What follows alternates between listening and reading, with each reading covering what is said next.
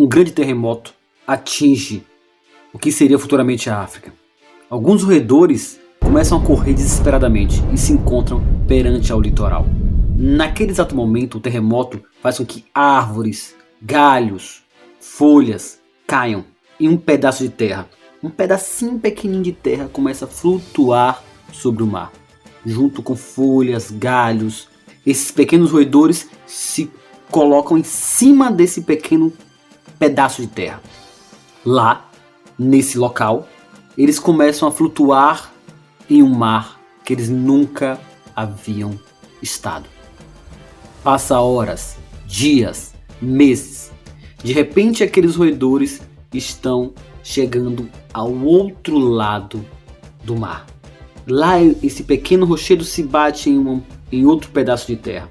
Eles saem perante a outro local. Achando-se que estavam até em sua casa, eles percebem que não. Ali era diferente. O clima era diferente. Eles começam a procurar agora alimentos e descobrem que ali é um lugar bom para se viver. Não tem os predadores que tinham aonde eles estavam. E então eles descobrem e ficam ali, deitados em berços esplêndidos. Assim como o futuro hino nacional, sim, era o Brasil. 40 milhões de anos atrás, isso aconteceu. Alguns animais saíram, roedores saíram da África, vieram diretamente através do mar, não se sabe muito bem, isso é pegar uma história fictícia que alguns cientistas contam, e eles chegam ao que seria futuramente o Brasil, e ficaram aqui por 40 milhões de anos.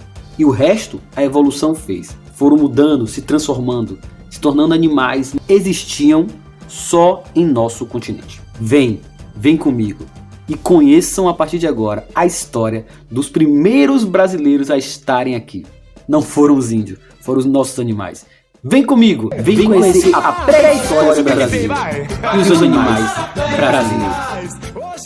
Sempre que estudamos no colégio e aprendemos alguma coisa sobre a época pré-histórica, sempre nos contam muita coisa legal que ficamos imaginando. Dinossauros, pterodártilos e alguns outros animais. Eu quero falar para vocês que no Brasil tínhamos animais enormes, animais imensos. A história que eu relatei para vocês poderia ter acontecido dessa forma, sim, ou também não.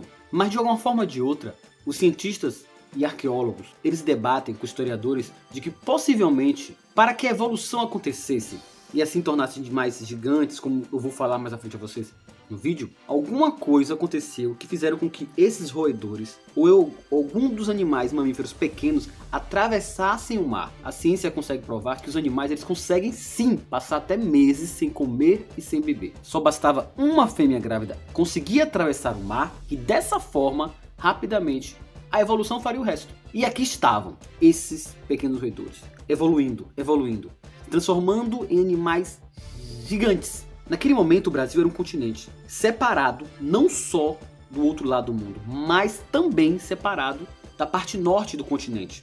Entre o continente aonde está os Estados Unidos e onde está o Brasil, a Argentina, esses lugares que conhecemos, eram muito diferentes, bem diferentes. De repente os animais que estavam aqui, já há 40 milhões de anos, já estavam diferentes, já ocupavam vários espaços, não tinha predadores, estavam felizes, como dizia o hino. Mas aí acontece algo diferente. Terríveis vulcões, erupções, fazem com que agora nasça uma ponte que liga um continente ao outro. Nasce ali a América Central. Nesse momento, alguns outros animais começaram a galgar e andar sobre aquele continente e aquele lugar, espaço novo que não existia, e veio de lá para cá uma onda enorme de mamutes, cavalos, cachorros, gatos e outros animais ferozes que vieram diretamente para esse continente no qual estamos hoje aqui pisando. No Brasil! Samba aqui da bamboleio que... Descendo, eles chegam aqui. E aí começa aquela grande guerra que sabemos. É um comendo o outro! Que aqui existiam animais imensos, animais lindos, grandes, maravilhosos. Mas para! Se você tá gostando do vídeo, deixa seu like, se inscreve no canal e ativa os sininhos. Porque assim você vai me empolgando a querer continuar lendo livros que contam a nossa história. No Brasil existiam animais enormes, gigantes, como Eremopterium. Não sei se é assim que pronuncia. Mas vamos falar de uma maneira mais fácil e vulgar. As preguiças gigantes. Aqui no Brasil tinham preguiças enormes. Preguiças gigantérrimas. Não como aquelas preguiças de hoje em dia.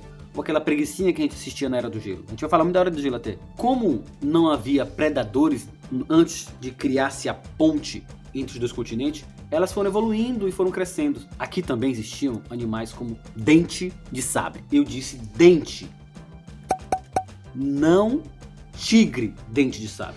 Porque de tigre eles não tinham nada. Dente de sabre, eles eram maiores que leões. Animais enormes. Eles tinham dois dentes aqui, enormes. E isso ajudava na caça. Do Estreito de Bering, eles atravessam da Rússia, Austrália, para o continente americano.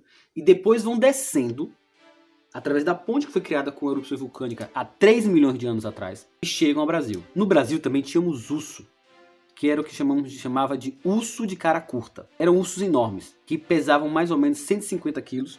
E foram encontrados ossos na Argentina de ursos que eram o triplo dos ursos encontrados aqui no Brasil. Aqui também tinham glipodontes, que eram animais que pareciam mais tatus. Até encontramos um deles na Era do Gelo. Mas na Era do Gelo não mostra realmente como eles eram. Aqueles animais eram imensos, do tamanho de um fusca. Tínhamos aqui também as macrauquênias, que eram os animais de tromba. Eles pareciam mais um inhama, com uma tromba bem enorme, mas não são parentes das inhamas. E os mastodontes. Sim, aqueles animais que se parecem muito com elefantes, que são parentes dos elefantes. No Brasil tínhamos mastodontes, na época pré-histórica. Antes dos portugueses chegarem, antes dos índios estarem aqui, já existiam os mastodontes. Sim, no Brasil nós tínhamos elefantes. Lembra daquela menina que fez aquela foto que ela botou girafa, elefante e tal, alguns outros animais? Quem sabe se fosse mais ou menos há uns 3 milhões de anos atrás ela poderia ter tirado aquela foto. Pois no Brasil tinha elefante. Tanto que foi achado em Rondônia um dente de um elefante muito parecido com os elefantes da África. Por que não existem mais? Há um debate muito grande de cientistas, historiadores e arqueólogos sobre o porquê não existem mais esses animais no Brasil.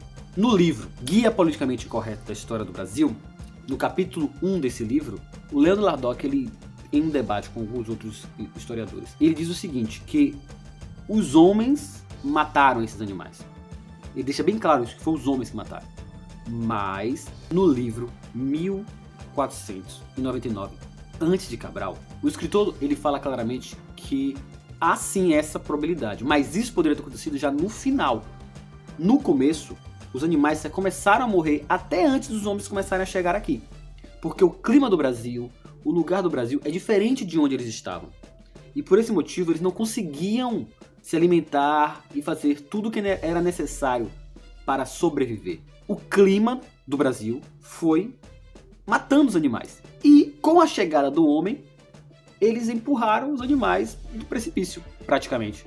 E terminaram de extinguir a maioria desses animais. A pergunta que eu faço é, por que não falam isso no colégio pra gente? Por que não tem no colégio uma matéria falando só sobre pré-história do Brasil, contando detalhes de animais que existiam aqui, coisas maravilhosas que encontramos no Brasil? Aqui no sul do país está sendo encontrado muitas e muitas coisas que já deveriam estar no colégio sendo estudadas com as nossas crianças, para que a gente pare de pensar no que aconteceu de outros países e começar a pensar nas coisas que aconteceram aqui no Brasil. Porque se não te contam, tio Júnior aqui conta. Valeu? Deixe seu like, se inscreva no canal e ative o sininho. Pois uma vez por semana, pelo menos, em cada livro que eu for lendo, eu vou estar passando para vocês a história do nosso Brasil, da forma que ninguém te contou. Fui! Hoje na floresta, o que é que tem? Vai!